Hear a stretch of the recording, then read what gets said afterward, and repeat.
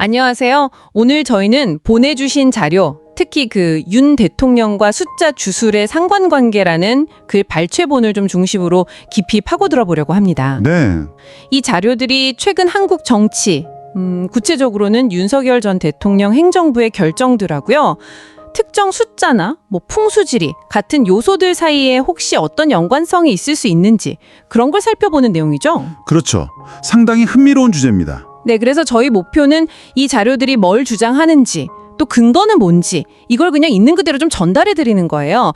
특정 숫자 2000이 왜 자꾸 쓰였나, 아니면 대통령 직무실 이전 배경에는 어떤 이야기가 있나, 그리고 용산이라는 장소가 또 어떻게 해석되는지, 자료가 뭐라고 하는지를 따라가 보자는 거죠. 맞습니다. 객관적으로 내용을 전달하는 게 중요하겠네요. 네, 저희가 어느 편을 들려는 건 아니고요. 당신이 직접 정보를 보시고 판단하실 수 있도록 돕는 게 목적입니다. 자, 그럼 한번 시작해 볼까요? 네, 좋습니다. 우선 자료를 보면요. 윤석열 정부에서 2000이라는 숫자가 눈에 띄게 자주 등장한다. 이렇게 지적을 해요. 대표적으로 의대 증원 2000명, 그리고 청와대 개방으로 연 2000억 원 경제 효과 이런 거요. 아, 그 숫자요? 네네. 지난 3년간 거의 20번 가까이 사용됐다고 주장하는데요. 이게 상당히 구체적인 숫자잖아요. 여기에 무슨 특별한 의미가 있을 수 있다, 이런 관점인 거죠. 네, 바로 그 지점에서 자료가 주목하는 게 숫자가 단순한 양적 표시를 넘어서 어떤 심의나 의미를 갖는다는 믿음, 그러니까 소위 수비학적인 관점인 거죠. 수비학이요? 네, 자료에 보면 고대 그리스 피타고라스 얘기도 나와요. 수가 만물의 근원이다 이러면서 숫자로 세상을 이해하려고 했다고요. 예를 들면 2는 여성, 3은 남성, 합쳐서 5는 결혼, 10은 완전수다 이런 식으로요. 아하. 물론 자료에서도 피타고라스는 수학적으로 접견했다고 선을 긋긴 하는데 어쨌든 숫자에 특별한 의미를 부여하는 생각 자체가 굉장히 오래됐다는 걸 강조하는 거죠. 되게 흥미롭네요. 그럼 우리 역사에도 이런 게 있었나요? 네, 자료에서 그 부분도 짚어주는데요. 신라는 금의 기운을 중시해서 숫자 4랑 규, 수도 이름 금성, 왕족 김씨 이런 거랑 연결하고요. 고려는 수기운과 숫자 1, 6, 그리고 12, 36 같은 배수들, 12목 설치 같은 거요. 아, 그렇군요. 조선은 또 목기운이랑 숫자 38, 우리가 아는 팔도체제 같은 거죠. 와, 듣고 보니 그러네요. 마치 자료는 이런 역사적 사례를 들면서 상징적인 숫자 사용이 예전 통치 방식의 일부였고 혹시 지금도 그런 영향이 남아있는 건 아니냐 이렇게 묻는 것 같아요. 그렇죠.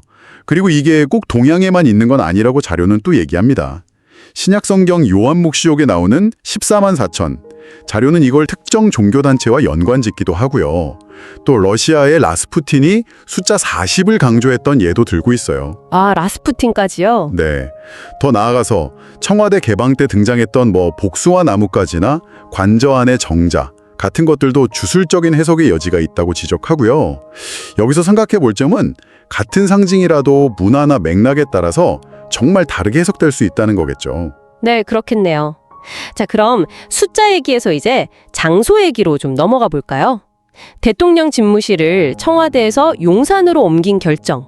이것도 논란이 많았잖아요. 네, 맞습니다. 아주 큰 이슈였죠. 자료를 보면 그 명태균 씨가 김건희 여사에게 전했다는 녹취록 내용이 언급돼요.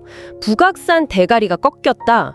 청와대에 들어가면 돼진다. 이런 내용이요. 아, 그 녹취록이요? 네. 그래서 이것 때문에 이전 결정에 영향을 받은 거 아니냐 이런 의혹을 제기하고 있는 거죠. 그런데요. 자료에 따르면 이른바 청와대 흉지설 혹은 경복궁 흉지설이라고 불리는 거예요. 이게 사실 역사가 꽤 깊다고 합니다. 아, 정말요? 그게 옛날부터 있었어요? 네. 조선시대에 한양으로 도읍을 옮길 때도 경복궁터가 북악산의 주맥, 그러니까 산의 중심 기운이 흐르는 그 주된 능선이 아니다. 이런 주장이 있었대요. 진짜 명당은 지금의 운현궁 근처다. 이런 이야기가 있었다는 거죠. 와, 조선시대부터요? 네. 자료가 강조하는 건 특정 장소에 대한 어떤 부정적이거나 혹은 긍정적인 이야기가 이렇게 오랫동안 이어져 올 수 있다는 점인 것 같아요. 그렇군요. 그럼 청와대에 대한 그런 오랜 얘기가 있었다면 새로 옮겨간 용산은 어떤가요? 자료에서 김두규 교수가 2020년에 언급했던 용산을 얻는 자 천하를 얻는다 이 유명한 말을 인용하는데요. 네. 등용산 득천하 네. 근데 바로 그 의미가 우리가 흔히 생각하는 거랑은 좀 다를 수 있다. 이렇게 선을 긋더라고요. 이게 무슨 뜻일까요? 아, 네. 그게 좀 중요한 지점인데요. 자료에 나온 김 교수의 분석을 보면 지금 대통령실이 있는 자리는요. 본래 의미의 용산, 그러니까 효창공원 일대를 말하는 그 용산이 아니라는 거예요. 아, 거기가 아니에요. 네. 거기는 지맥, 땅의 기운이 흐르는 맥이 본류에서 살짝 비켜 지나가는 과룡의 터다. 이렇게 분석합니다. 과룡이요. 지나가는 용. 그렇죠. 말하자면 본용맥이 아니라 지나가는 용맥이라는 거죠.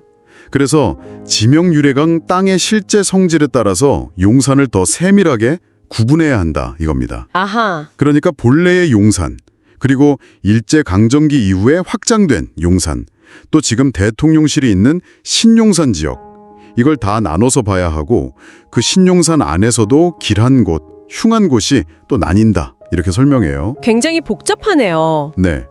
여기서 흥미로운 건 같은 용산이라는 이름 아래에서도 이렇게 다양한 지리적 해석이 공존한다는 거죠. 자, 오늘 저희는 이렇게 당신이 주신 자료를 통해서 숫자 2000에 담겼을지도 모르는 의미부터 시작해서요. 한국 역사 속의 숫자나 풍수 개념, 또 청와대 이전과 관련된 흉지설, 그리고 용산이라는 장소에 대한 여러 해석까지 쭉 훑어봤습니다. 이 이야기들 당신에게는 어떻게 다가오셨나요? 네, 이 자료들이 결국 보여주는 건 정치적인 결정이라는 그 표면 아래 어쩌면 아주 오래된 어떤 믿음 체계나 상징 해석이 여전히 영향을 미칠 수도 있다. 이런 가능성인 것 같습니다. 뭐 특정 행정부에 대한 평가를 넘어서서 이게 우리에게 좀 더 큰 질문을 던지는 것 같아요. 어떤 질문일까요?